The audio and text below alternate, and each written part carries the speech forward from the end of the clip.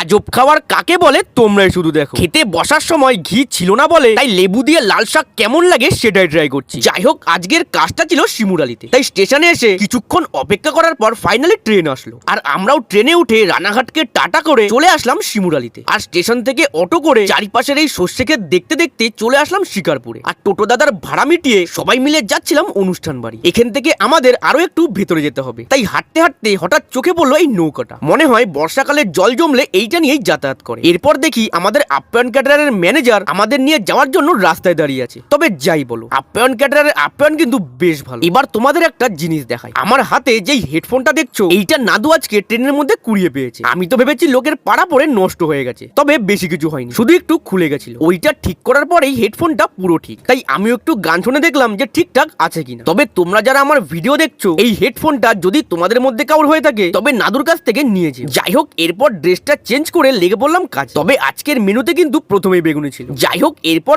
আস্তে আস্তে প্রায় 350 লোক খাইয়ে ফাইনালি আমিও বসে বললাম খেতে। আসলে ভেবেছিলাম ঘি লঙ্কা লাল শাক দিয়ে ভাত খাবো, কিন্তু শেষে ঘিটা পাইনি বলে তাই ভাবলাম শাকের মধ্যে লেবু দিয়ে খেয়ে দেখি কেমন লাগে। তবে আমি যেহেতু টকটা বেশি খাই তাই আমার কাছে খুব একটা খারাপ লাগলো না। এরপর ডাল ভাত আর মাছ দিয়ে খেয়ে আজকের ভিডিওটা এখানেই শেষ করলাম। বাই।